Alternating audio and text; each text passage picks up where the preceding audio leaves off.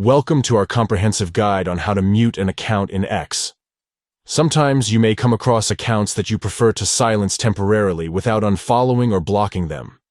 In this video, we'll walk you through the step-by-step process of muting an account in X. Let's dive in. Step 1. Open X on your device. Once the app is open, you'll be taken to the main screen. Step 2. Next, locate the account you want to mute. This can be done by searching for the username or scrolling through your feed. Tap on the account to access their profile. Step 3. Once you're on the account's profile, look for the three dots menu, typically positioned in the top right corner of the screen. Tap on the three dots menu to reveal additional options. Step 4. Among the options that appear, find and tap on Block. This action will bring up a confirmation prompt. Step 5. In the confirmation prompt, tap on Yes, I'm sure to confirm that you want to mute the account.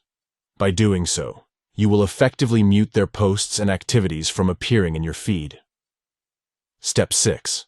With the account muted, X will no longer display their posts and activities, providing you with a quieter and more tailored browsing experience. And there you have it. You have successfully muted an account in X, allowing you to temporarily silence their posts and activities without unfollowing or blocking them.